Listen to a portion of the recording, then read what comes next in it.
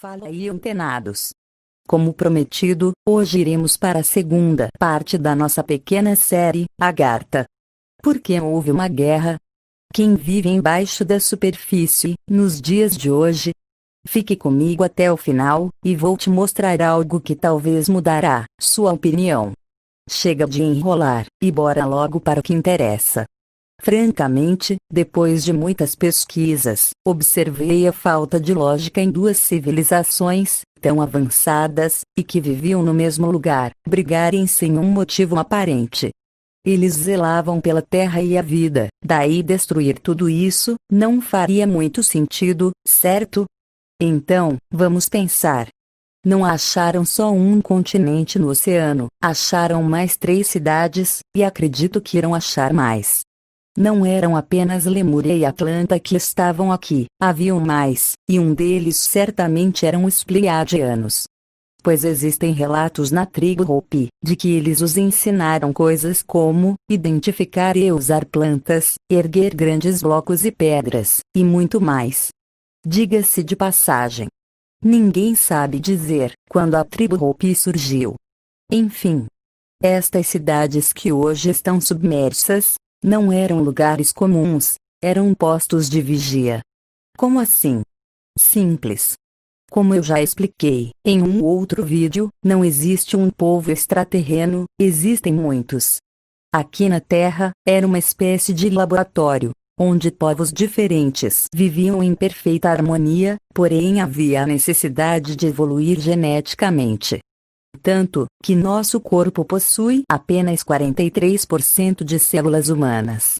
O resto são micro-organismos. E acredite, nem todos foram identificados ainda. Daí, eu posso supor que outros povos queriam participar, mas a galera que estaria aqui não deixou.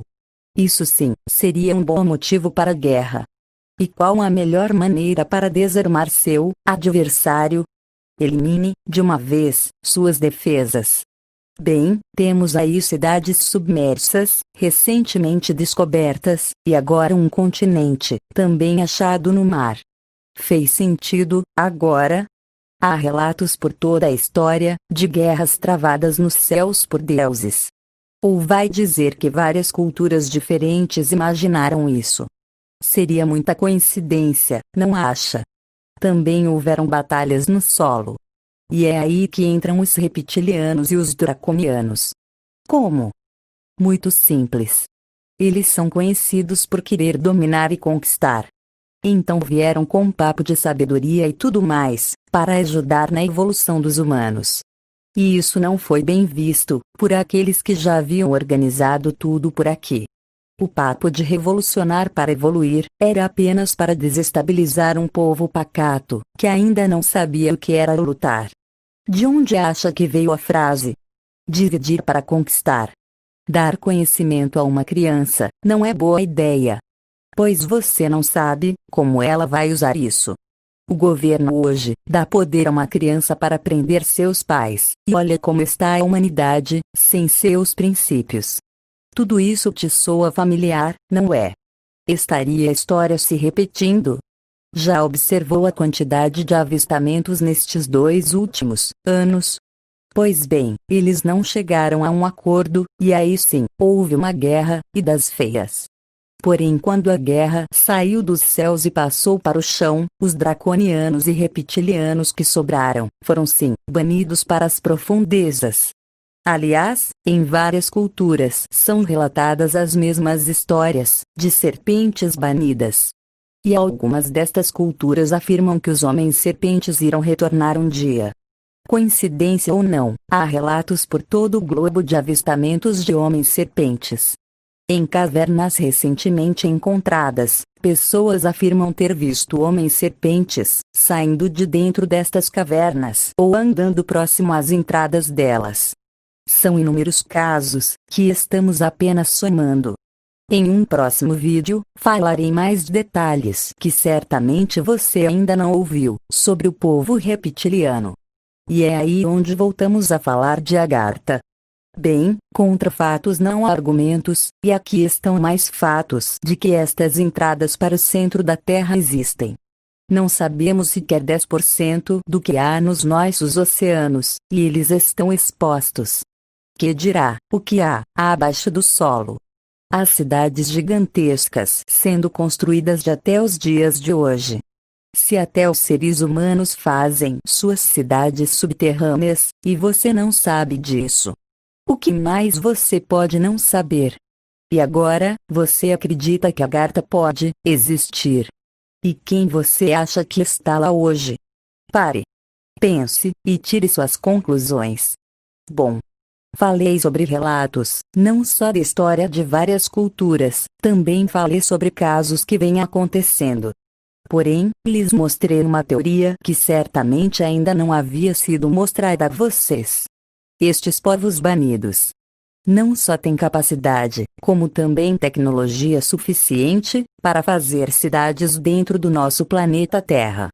Só para lembrar, répteis gostam de calor, e por baixo do nosso solo tem magma. E quanto aos povos de Lemúria e Atlanta, eles continuam entre nós. Agora, para fechar, veja por você mesmo, e me diga se isso não é uma das provas físicas desta guerra. Não esqueça de se inscrever e compartilhar. Até a próxima, fui.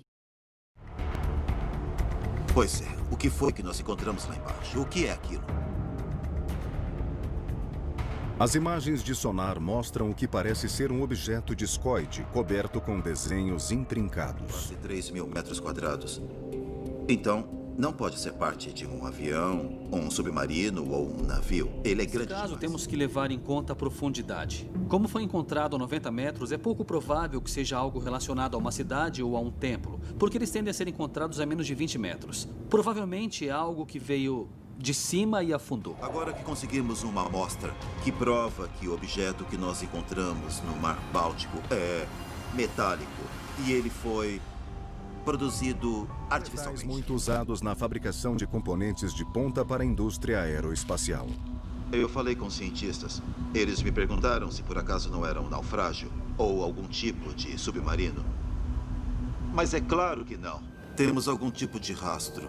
Esse é o início do rastro. Temos o rastro e depois o objeto. E depois dele, não temos nada. O rastro de 1,5 km parece ter sido feito pelo próprio objeto. Além disso, a cerca de 200 metros do disco, há outra estrutura menor. As imagens parecem mostrar que os objetos estavam em alta velocidade quando atingiram o leito oceânico. Os rastros começam no mesmo ponto, indicando que os objetos podiam estar juntos, mas foram separados pelo impacto. Na minha opinião, isso parece o local da queda de um OVNI.